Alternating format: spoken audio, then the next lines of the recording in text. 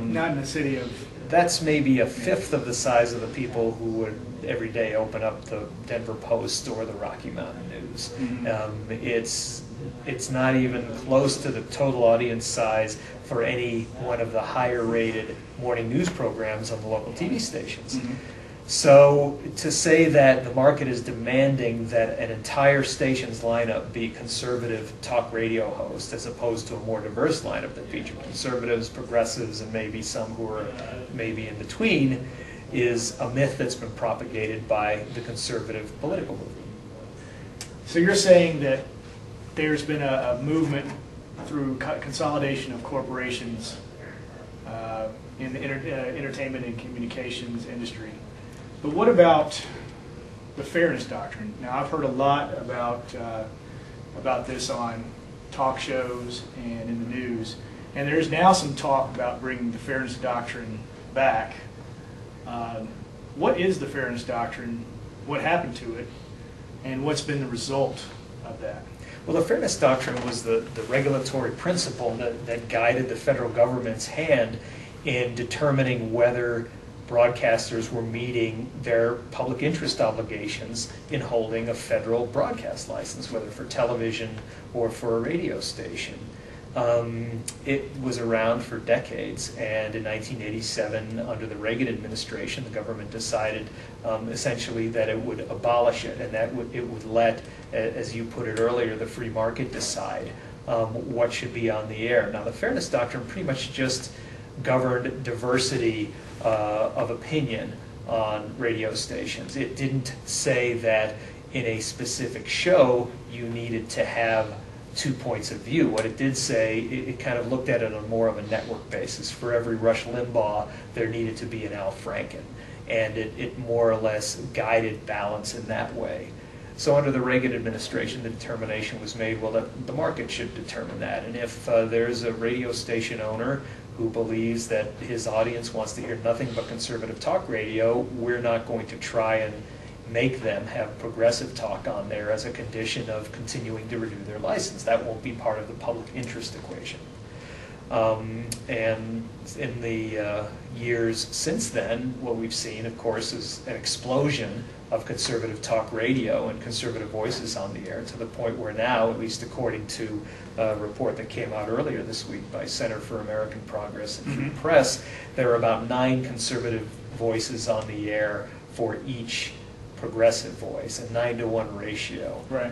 which is stunning, especially given the research that actually Media Matters has just finished releasing that shows that the majority of Americans' beliefs are more progressive in nature. Their beliefs about how government should operate, how the economy should run, they're much more progressive in nature than they are conservative. So there's a dichotomy there. Now, a lot of the conservatives will say, well, that's the free market in action.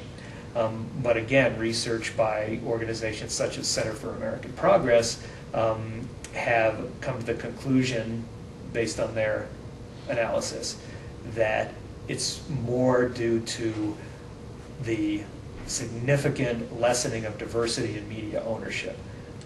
Top stations increasingly are owned by larger corporations like Clear Channel, which owns some of the top-rated stations in Denver, which owns the largest talk radio stations in Denver.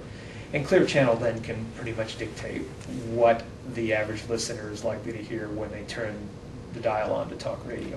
And the other thing, we're mentioning the statistics, but I remember, what, 3-4 years ago, there was no Air America, there was no local, I couldn't find any local radio stations that had progressive talkers. Right.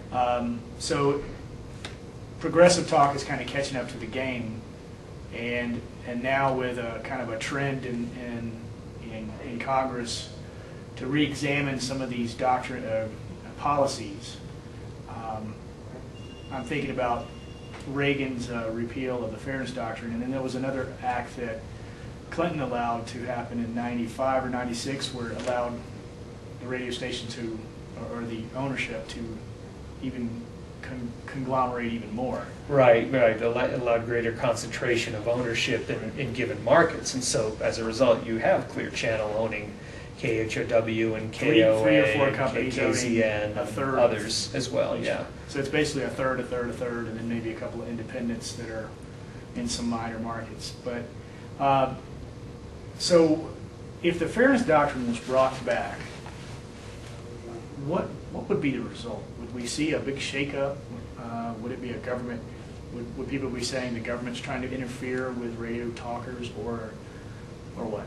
Well, the right wing is already saying that, and naturally, the conservative movement has the most to lose if there was any movement by the government to try to restore some semblance of balance to the diversity of opinions that are heard over the public airwaves. Right. How that would take place is a big question, though. As you and I discussed on the air the other week, there are so many things that have changed in the last 20 years since the Fairness Doctrine was abolished, with the rise of the internet, with the rise of satellite radio, with the, I suppose, decreasing audiences overall for things like AM radio, where much of talk radio is housed.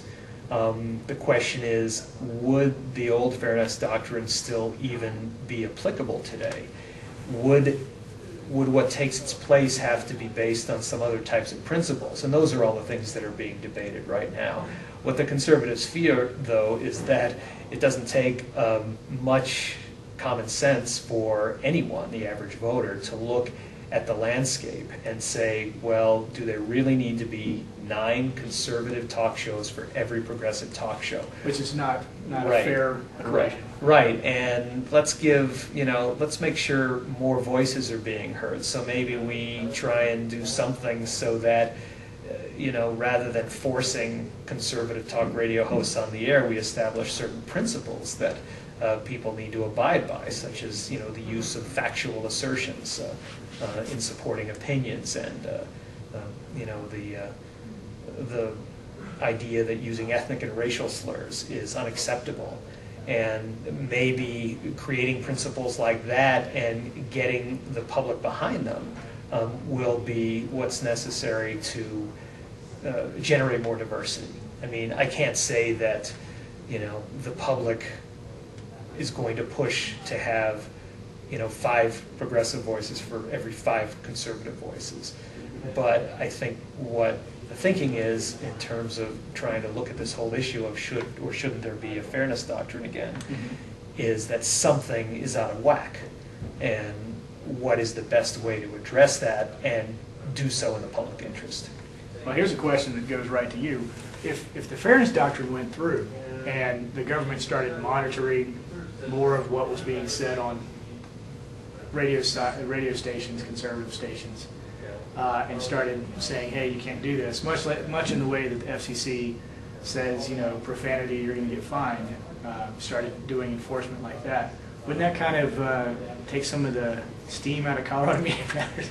Well, actually, fortunately and unfortunately, it would not. The Fairness Doctrine never governed content in that way. For example, it doesn't govern the use of falsehoods. It doesn't cover bigoted speech. All it really says is that on a network basis, there needs to be a balance or diversity of points of view. So if there are conservative points of view that are using, lies to tell their stories, then there will be plenty of work for us for years to come. Great. Well, thanks for being on. Thanks for having us. And again, my guest has been Bill Menezes with Colorado Media Matters. This is UP News. You can tune in to us every night, 8 p.m. On the website, www.ultimatepolitics.net. I'm Wade Norris, your host. We'll see you next time.